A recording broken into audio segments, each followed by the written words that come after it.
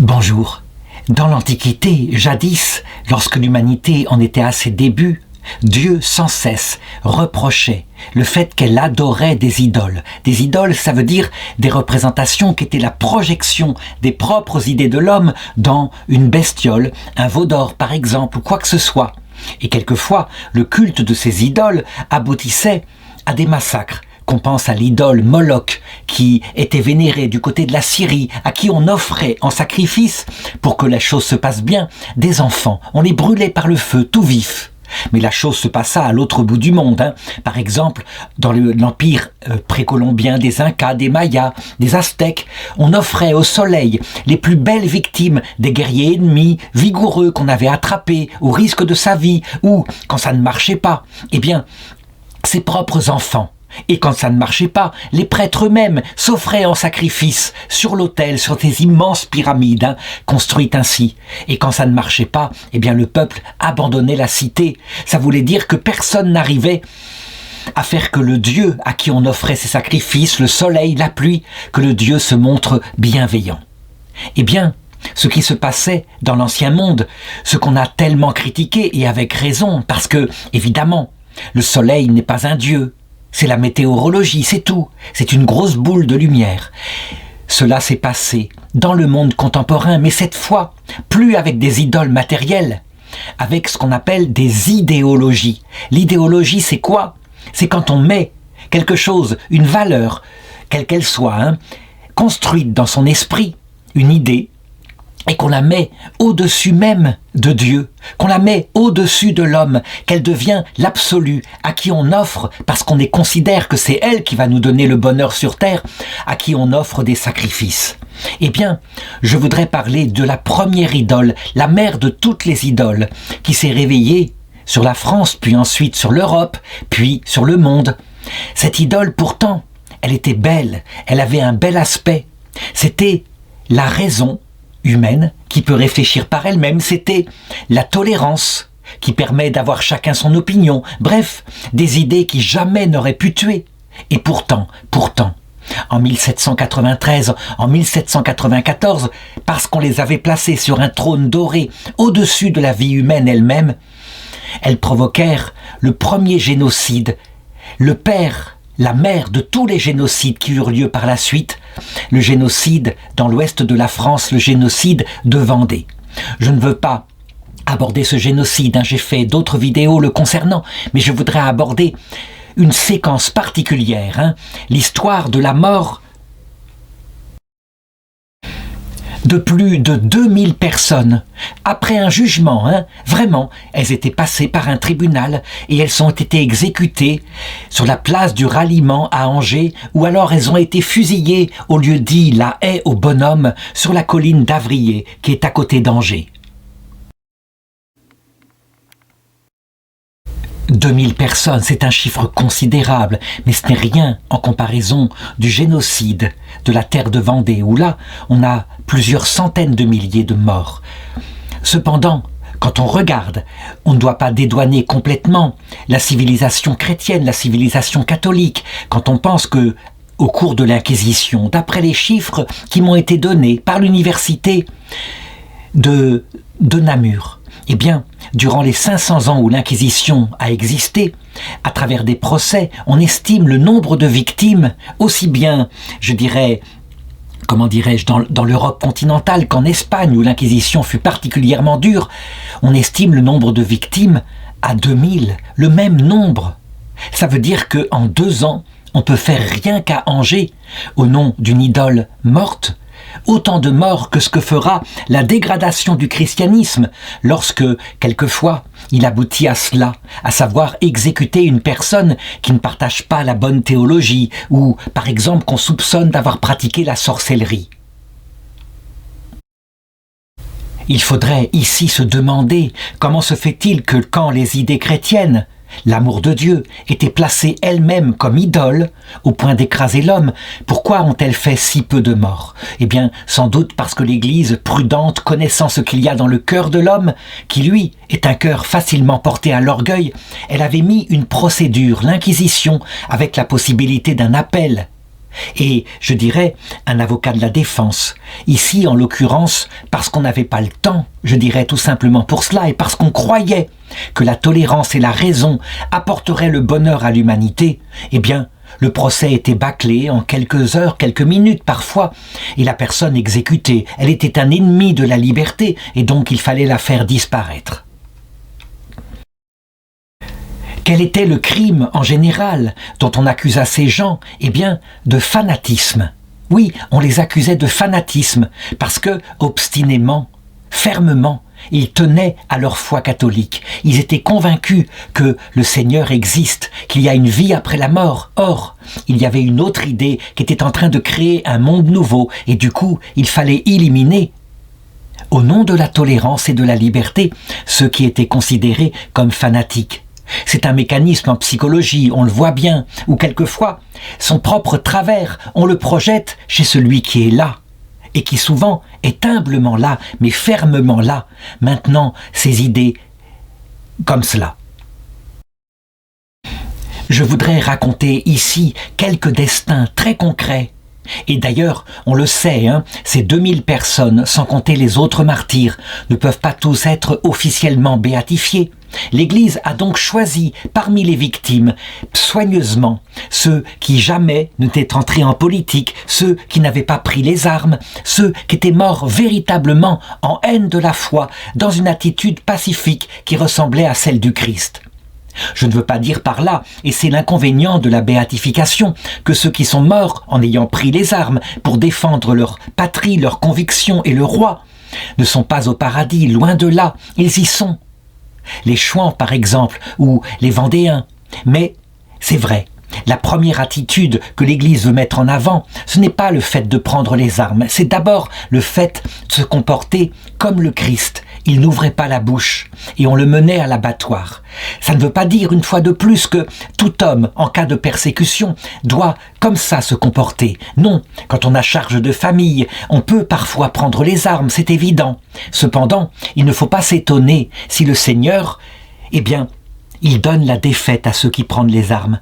Non pas pour les condamner, ils ont agi selon leur conscience, mais parce que si par hasard, ceux qui ont pris les armes au nom du Christ gagnaient, ils instaureraient un vrai déshonneur pour le Christ. Par la suite, ils instaureraient une sorte de théocratie et cela se retournerait contre l'Évangile. Il vaut mieux donc, de par la volonté du Christ, être du côté des martyrs, tels furent les Vendéens. Certains trouveront ça injuste et, je dirais, de la part de Jésus-Christ, quelque peu arbitraire. Il ne prend pas parti pour son peuple. Qu'on ne se trompe pas. De l'autre côté de cette vie, ces pauvres gens abattus comme des animaux dans la rue par les guerriers ou par les soldats de la Révolution, de l'autre côté de cette vie, ils recevaient la vie éternelle. Aucune de leurs âmes n'était perdue, c'est une évidence. Donc, il ne faut pas regarder que ce qui s'est passé ici sur la terre. Il faut regarder la totalité de l'événement, y compris quand nous sommes croyants, comme moi, ce qui s'est passé de l'autre côté de cette vie. Mais trêve d'analyse, regardons ces quelques cas. Donc, il y eut de la part de l'Église et par le Saint-Pape Jean-Paul II 88 victimes des massacres qui furent béatifiés en 1984, dont, par exemple, l'abbé Guillaume Répin, un prêtre âgé de 85 ans, curé de Thouarcé.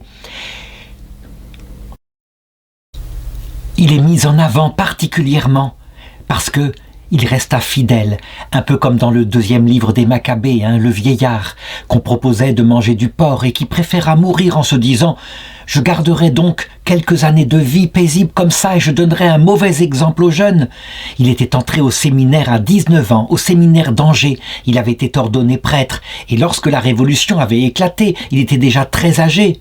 Eh bien, il avait refusé, bien sûr, de prêter serment à la constitution civile du clergé. Pour lui, un prêtre, c'est un serviteur de Jésus-Christ, ce n'est pas un serviteur d'un système politique, quel qu'il soit.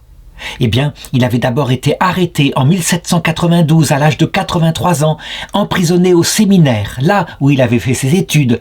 Et ce séminaire avait été transformé en prison. Et puis, les Vendéens, qui au début étaient pleins de victoires, l'avaient libéré le 17 juin 1793.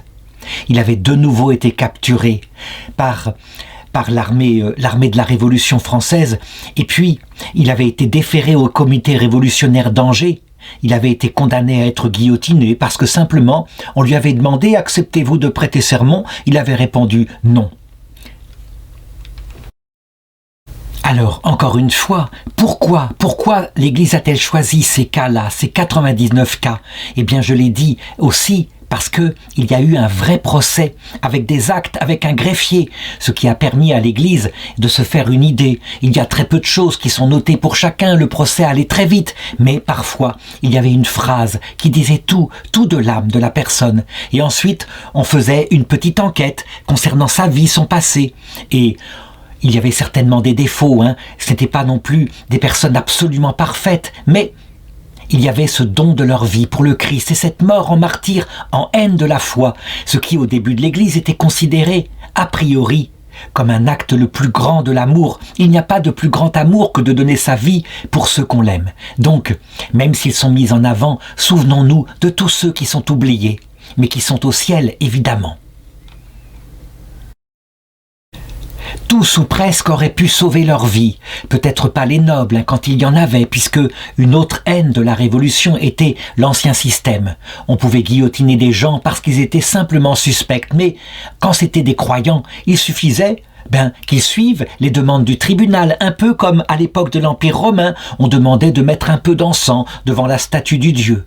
Là, on leur demandait simplement de reconnaître la Révolution et de renoncer à leur fanatisme. Aucun ne le fit, tous gardèrent fermement leur foi en Jésus-Christ, en la Vierge Marie. Ils savaient qu'elle les assisterait, la Vierge, jusqu'au bout. Souvent, on le constate dans le procès, dans les notes des greffiers. Ils ont des réparties extraordinairement intelligentes, comme si la mort, finalement, ils l'avaient déjà acceptée, et donc ils ne cherchaient plus à défendre leur vie. Ils savaient à qui ils avaient affaire, donc ils pouvaient plaisanter et même river leur clou à leur bourreau, que d'ailleurs, ils accueillirent eux-mêmes en personne à l'heure de la mort des bourreaux, afin que leur soit fait miséricorde. Il faut le savoir, le christianisme est ainsi. On prie pour ses ennemis. Et il faut le reconnaître, le Seigneur était avec eux, il ne les abandonnait pas. Il le montrait d'abord par sa présence intime dans le cœur, mais ça je ne peux pas en parler. Par contre, je donnerai quelques signes extérieurs qui montrent qu'il accompagnait leurs martyrs. Par exemple, 2 filles de la charité. Les filles de la charité, ce sont des personnes qui n'ont fait que du bien, qui sont occupées des malades. Ce sont les sœurs de Saint Vincent de Paul, sœur Marie-Anne et sœur Odile. Eh bien, elles prophétisèrent. Alors qu'elles allaient mourir fusillées le lendemain, elles prophétisèrent pour l'une, sœur Marie-Anne, qu'elle serait la première atteinte par des balles et que c'est elle qui tomberait en premier. Et la seconde, sœur Odile, elle prophétisa qu'elle serait atteinte en dernier, qu'elle serait blessée, mais qu'elle survivrait avant d'être achevée. Et c'est très exactement ce qu'il se passa le lendemain. Et les témoins l'affirmèrent, ce qui montre véritablement que Dieu était avec elles et qu'il les prévenait maintenant de leur arrivée pour bientôt dans l'autre monde. L'attitude de ces 2 religieuses qui étaient là, qui avaient été martyrisées, qui étaient en sang, mortes par terre, bouleversa les gens au point que des témoins qui étaient là voulurent prélever des reliques. Il y eut une femme par exemple qui ramassa le chapelet de sœur Odile. Et puis, il y eut même un bourreau qui, bouleversé lui-même, voulut emporter les vêtements ensanglantés de sœur Marie-Anne. Et puis, pour lui, c'était un trésor précieux. Jamais il n'aurait voulu les céder pour rien au monde. Il estimait que sœur Marie-Anne, maintenant, lui ferait miséricorde. Les gens, le petit troupeau de Dieu, il faut le savoir, là, en pleine terreur, c'est évident. Ils n'osaient pas parler, mais ils n'en pensaient pas moins. Personne ne pouvait atteindre leur cœur, et donc, lorsqu'ils furent enterrés, tous ces martyrs, les gens venaient auprès de la fosse commune pour se confier, pour prier, pour récupérer éventuellement une relique, et on signale des miracles, des guérisons. Ce qui fit qu'on éleva sur l'endroit de la fosse commune une chapelle dédiée à Saint Louis en 1852. Puis, c'est là qu'on ouvrit la cause de béatification au XXe siècle, et elle se terminera positivement, pour certains, en 1984. Alors d'abord, regardons comment se leva cette idole. qu'on appelle les idées des Lumières. Hein.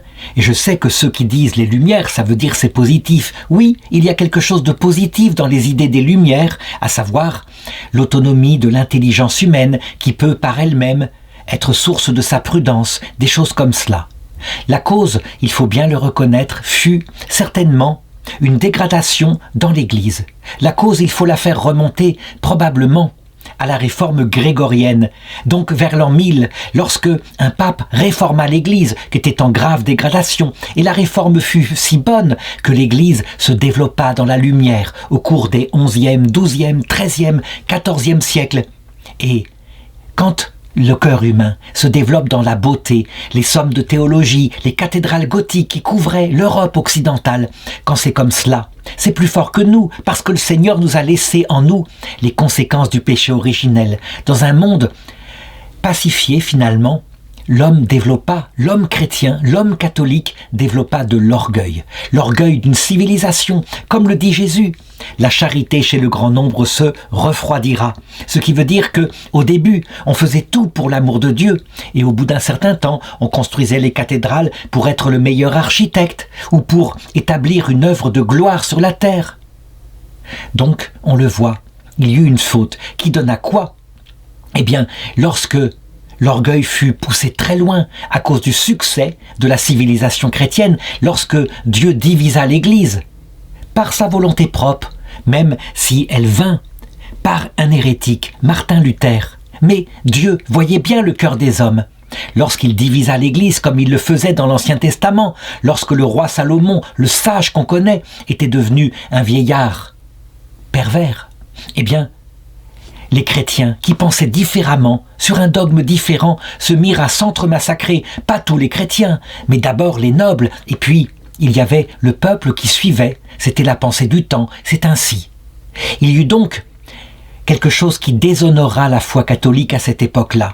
Et il ne faut pas s'étonner que après ce traumatisme des guerres de religion, qui eurent lieu au XVIe siècle, eh bien, les hommes scandalisés, certains plus intelligents que d'autres, voulurent se séparer complètement de l'existence même de dogmes pour libérer la pensée humaine, pour que, cette fois, on se mette à choisir soi-même le bien, le mal, qu'on détermine avec son intelligence là où était le meilleur monde possible ici-bas. C'est ça les idées des Lumières. Et on en arriva à quoi? Eh bien, la raison, j'en ai parlé tout à l'heure, et puis la tolérance, respecter les autres idées, ne pas imposer, comme le faisait l'Église, une seule foi. Ces idées, est-ce qu'elles convainquirent le peuple tout entier? Ces idées qui se développèrent en particulier par les philosophes au XVIIIe siècle, avant la Révolution française? Non, bien sûr que non. Mais dans certaines élites du peuple, les nobles, certains bourgeois qui lisaient l'encyclopédie et qui pensaient véritablement, sans doute parce que la grâce de Dieu n'était pas dans leur cœur, mais qui pensaient que le christianisme était une vieille recette, quelque chose de primitif, quelque chose du Moyen-Âge. Et donc, parce que le monde était stable, parce qu'il y avait des injustices, ce n'était pas un monde parfait, l'époque de Louis XVI, il y avait les privilèges chez les nobles, à un moment donné, l'exaspération se répandit, surtout quand en 1787 il y eut des famines, et que on commença à jeter les torts sur un bouc émissaire pratique, la reine Marie-Antoinette, bref, tout cela, tout un mécanisme là de colère, d'overdose des privilèges. Et la révolution démarra d'abord dans la lumière, en 1789, en supprimant les privilèges, chose où tous les hommes de bonne volonté étaient d'accord, il fallait moderniser la France, avant que les idées, évidemment pris par les plus fanatiques, se développent en idoles. Et c'est ce que je raconte ici, 1792, 1793, 1794. Les Vendéens, quant à eux, pourquoi se révoltèrent-ils? Ils étaient pour la Révolution au début, c'était tout de même bien pratique qu'on puisse maintenant chasser dans la forêt, que ce ne soit pas réservé aux nobles. Mais quand on commença à vouloir leur imposer une idée qui n'était pas la leur supprimer la foi qu'ils avaient dans le cœur, alors ils pensèrent qu'il fallait maintenant prendre les armes. Ils firent foi en Dieu, on ne peut pas le nier, ils cousirent sur leur cœur le Sacré-Cœur de Jésus, comme symbole de leur révolte, étant persuadés que Jésus ne pourrait pas les abandonner. De fait, au début, ce furent des victoires, j'en ai parlé. Puis, il y eut le retour de bâton et les défaites et la vengeance par les comités révolutionnaires avec le génocide objectif dont j'ai parlé ici, qui n'est pas reconnu, mais qui devrait l'être, puisque ce fut une décision de l'Assemblée législative d'abattre tout ce peuple de chiens, ce peuple de fanatiques, femmes et enfants compris. Et les méthodes furent inventées, toutes les méthodes qu'on retrouvera au long du XXe siècle, les méthodes dans les grands génocides, comme par exemple la mort par la faim ou la mort par la noyade. On mettait des cohortes de prêtres et de religieux sur des bateaux, sur la Loire, et on coulait les bateaux pour couler tout le monde d'un seul coup dans la baignoire nationale. On n'hésita pas aussi, et on le vit, à se servir de la peau de ce nombre de victimes pour faire des abat-jours, chose qui fut reprise, dit-on, à Auschwitz. Bref, tout était là. L'Église analysa tout cela, vit bien ce qu'il s'était passé, et donc, pour mettre en avant le juste comportement, elle choisit 99 élus. Il y a 12 prêtres, le père Guillaume Répin, Pierre Tessier, Laurent Battard, Jean-Michel Langevin, François-Louis Chartier, Jacques Ledoyen, Jacques Moreau, François Pelletier, André Fardeau, Jacques Legnaud, de l'Angellerie, René et Jean-Baptiste Legault, qui avaient tous refusé de prêter serment à la constitution civile du clergé, qui était jugée schismatique par Rome, cette constitution, puisqu'elle voulait créer une église indépendante de l'unité avec le Saint-Père. Il y avait les 2 filles de la Charité de Saint-Vincent-de-Paul dont j'ai parlé tout à l'heure. Il y avait une bénédictine du Calvaire, sœur Rosalie Céleste de la Sorinière. Il y avait 12 femmes et jeunes filles de la noblesse locale, 6 bourgeoises, 63 femmes et 3 hommes du peuple, tous accusés d'avoir caché des prêtres, parfois leur propre fils, ou ayant refusé d'assister à la messe d'un curé assermenté. Donc l'Église les met en avant cela, parce que leur martyr manifestement, c'est véritablement par amour du Christ. Par exemple, parlons du tisserand qui s'appelle Antoine Fournier, il habite à Cholet, et lui, il s'indigna publiquement de la profanation de l'Eucharistie et de la destruction des croix qui avaient été plantées au bord des chemins lors des missions populaires dans les siècles précédents. Et puis, pire encore, il avait caché son fils qui était prêtre. On le jugea donc, et à la question « Souffriez-vous la mort pour défendre votre religion ?» il répondit laconiquement « oui ». Et ceci suffit pour le faire condamner à mort avec cette justification.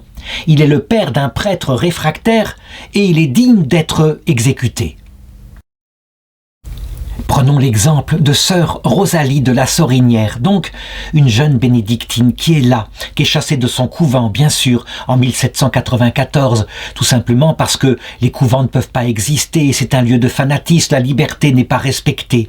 Et elle s'obstine, elle garde son habit de bénédictine. Et donc, on la juge et on lui dit « Mais il vous est tout à fait possible de sauver votre tête, vous renoncez à votre habit de bénédictine. » Et elle répond simplement « Non, non. » Je suis consacrée à Dieu. Rien de plus. Elle est donc condamnée à mort, et le lendemain, on l'emmène sur l'échafaud. Il fait froid, il y a de la pluie. On la voit qui se dépouille de son manteau pour en couvrir une pauvresse qui venait dans la rue de l'insulter. Et chacun constate qu'elle meurt, qu'elle est revêtue de son habit religieux. Prenons le cas de Rose Quénon, qui est une femme du peuple, une jeune fille. Elle a 28 ans, elle est servante, elle est très jolie. Et l'un des juges est là, qui lui promet sa vie en échange de faveurs sexuelles. Eh bien, elle refuse, bien sûr, avec indignation. Elle est fusillée. Revenons maintenant sur le sort de ces 2 sœurs de la Charité de Saint-Vincent-de-Paul. Là, vraiment, les révolutionnaires se disent « on va trop loin, elles sont aimées du peuple » et ils tentent de les sauver et ils leur proposent ceci.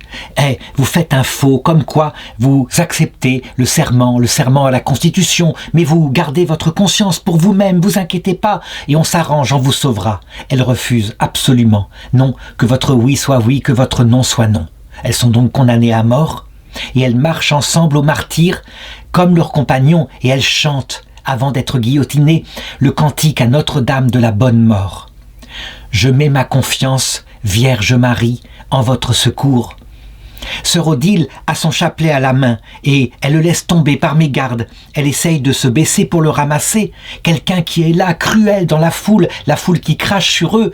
Parce que c'est comme ça, hein. Le peuple, en général, en tout cas le peuple de ceux qui sont témoins, font du zèle pour montrer qu'ils sont du côté du manche. Eh bien, quelqu'un lui écrase volontairement la main de tout son poids et lui cause une douleur au point qu'elle manque de s'évanouir. Et puis, en la soulevant, sœur Marie-Anne, qui est sa compagne, sœur de la charité, lui souffle « Une couronne nous est destinée. Allons, relève-toi, ne la manquons pas aujourd'hui. »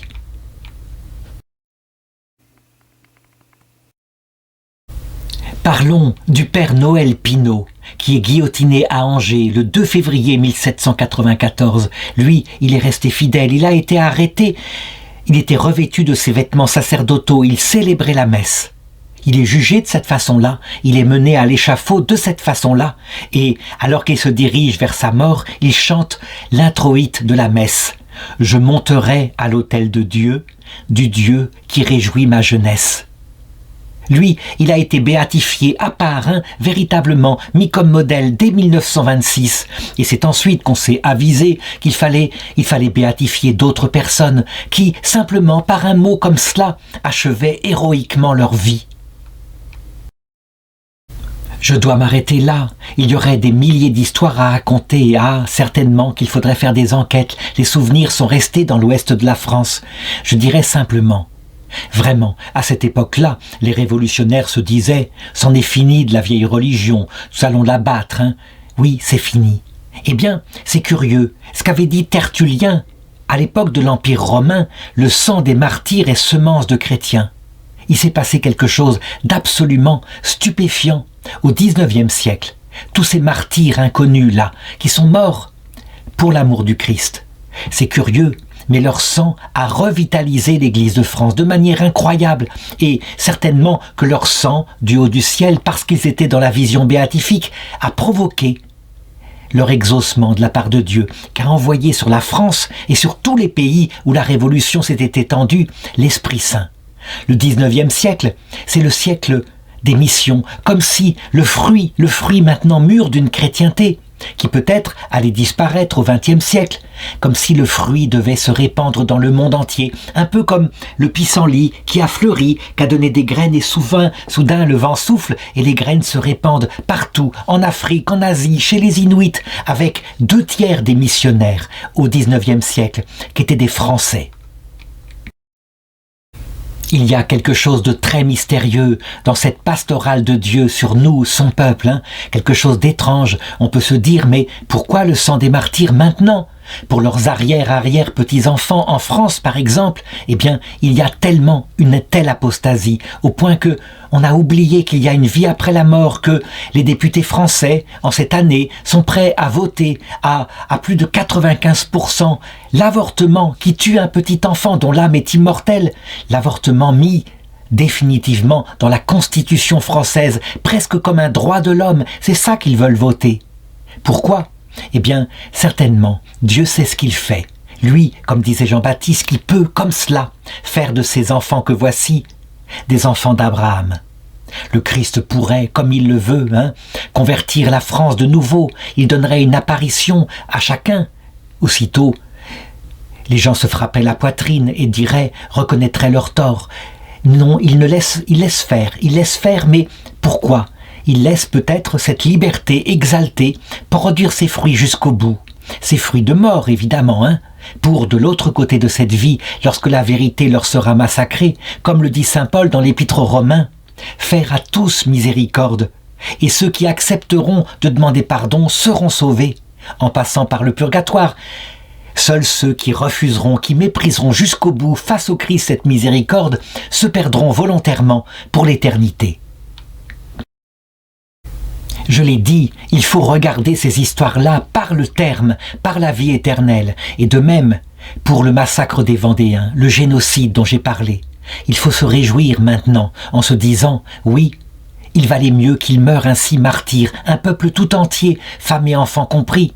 Je le dis maintenant que c'est fait, à l'époque je ne l'aurais pas dit, parce que c'est mieux que s'il avait vaincu la Révolution française par les armes, c'est mieux, c'est évident, c'est mieux, j'en ai parlé tout à l'heure. Lorsque l'Église est trop puissante, lorsque l'Église n'est pas persécutée, lorsqu'elle est du côté de celui qui tient le manche et qu'elle impose par des gens violents qui auraient gagné une guerre, qu'elle impose les abus par et au nom du Christ, alors elle déshonore le message de Jésus-Christ. Au contraire, en ayant suivi le Christ dans la mort, en portant sur leur poitrine le Sacré-Cœur de Jésus, ils ont obtenu la vie éternelle et ils comprennent maintenant que ce n'est pas tant la victoire de l'Église sur la terre qui compte. Ce qui compte, c'est que tout le monde soit sauvé au terme, si possible, si ça pouvait être possible.